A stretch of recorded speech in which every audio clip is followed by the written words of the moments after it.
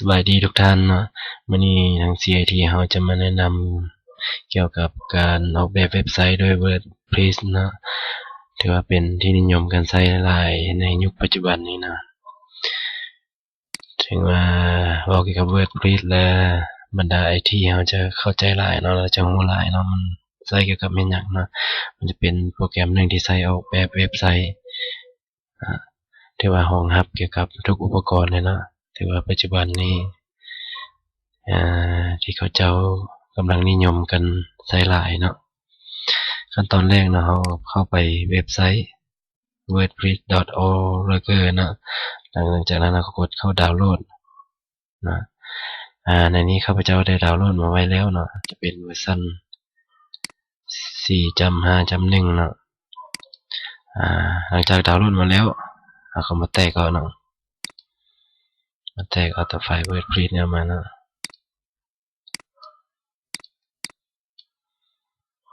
เนาะท่าเนาะ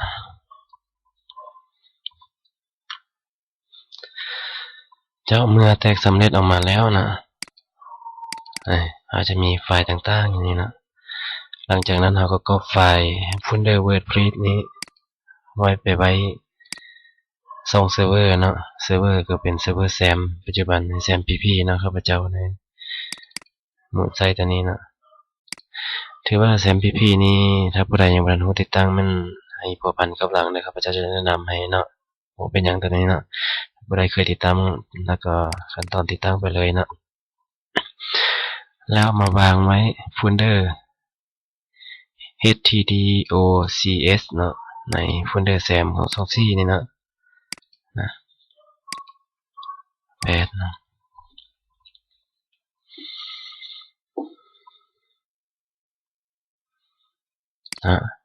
ถ้าว่าเขาจะสร้างเป็นเว็บไซต์หยังตัวอย่างข้าพเจ้านี่เปลี่ยนชื่อมาเป็นตัวอย่างว่า test นะ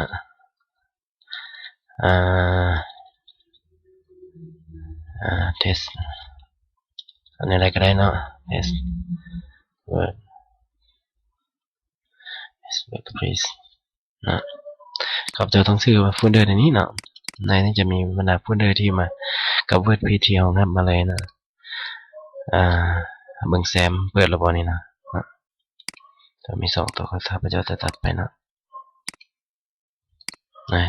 เราจะมา start แซม PP นี่ถึงจะเป็นเว็บเซิร์ฟเวอร์เนาะที่ว่ารองรับเกี่ยวกับ PHP WordPress เนาะ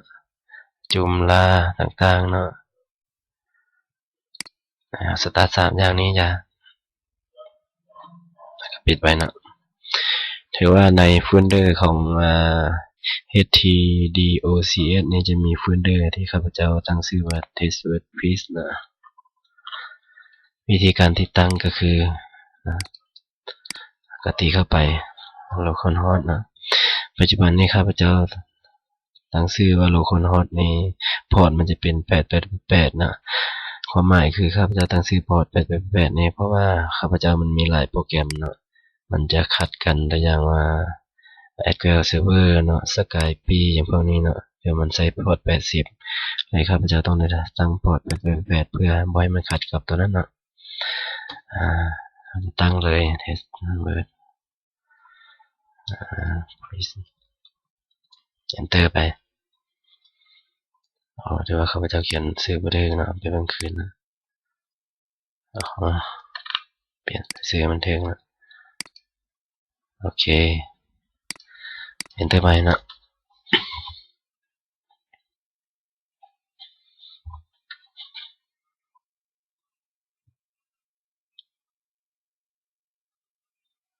มันจะปรากฏหน้าต่างตัวนี้ขึ้นมาเนาะ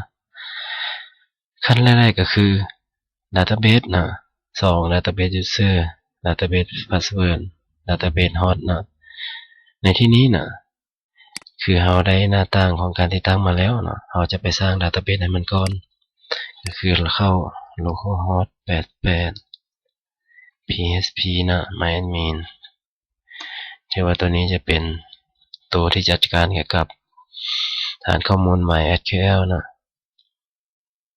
ปรากฏหน้าต่างกันมานี้นะข้าพเจ้าจะไปตั้งชื่อ database เป็นอย่าง test VP นะสมมตินะวันนี้ภาษาที่ห้องครับคือพวกเราได้เป็น Unicode เนาะพวกเราจะเลือกเอา UTF-8 นะโอเคแล้วก็กดเกรดแล้วที่ว่าได้ database ขึ้นมาแล้วเราก็ปิดออกเลยนะหลังจากนั้นเราก็มากด let's go เลยมันยังซื้อ database name test WP นะ username นี่คือ username ของ password ของ MySQL ข้าพเจ้าจะเป็น root เนาะ password จะบ่มีนะตอนนี้จะปะเลยแล้วกด submit แล้วก็กด return install นะ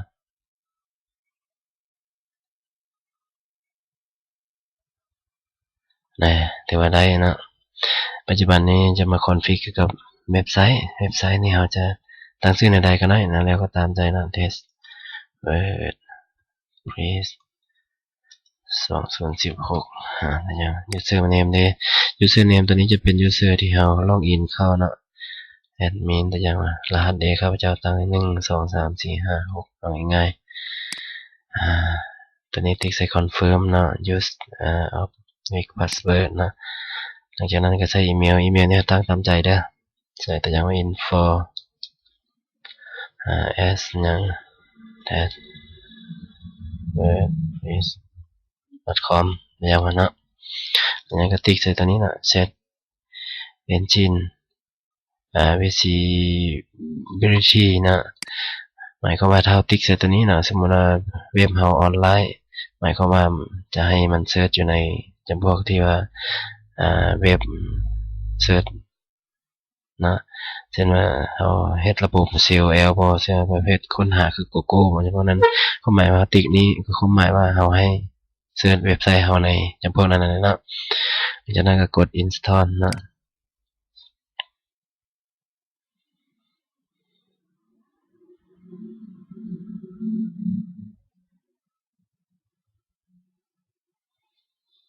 กำลังแล่นนะรอท่าแป๊บ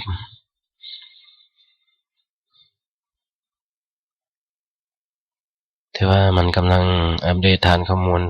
นะถือว่าเราติดตั้งสำเร็จมันจะออก success ขึ้นมานะแล้วก็ลองอินโหลดกดลองอินมันยังเราตั้งเมื่อกี้แอดมินนะรหัส1 2 3 4 5 6 remember ว่ากติกเนี่ยมัน remember กดอันนี้ข้าพเจ้าจะกดลองอินเลยนะจะได้หน้าต่างนี้นะหน้าต่างตัวนี้จะเป็นหน้าต่างของแอดมินนะแอดมินหมายความว่าเป็นหน้าต่างที่เราจัดการเกี่ยวกับ WordPress นะความหมายว่าเราจะออกแบบอยู่ตัวนี้นะแล้ววันนี้ตัวที่ว่าเว็บเด็กก็อยู่นี่นะเราสามารถวิสิตได้ข้าพเจ้าจะวิสิตลิงก์ทางห้างนะ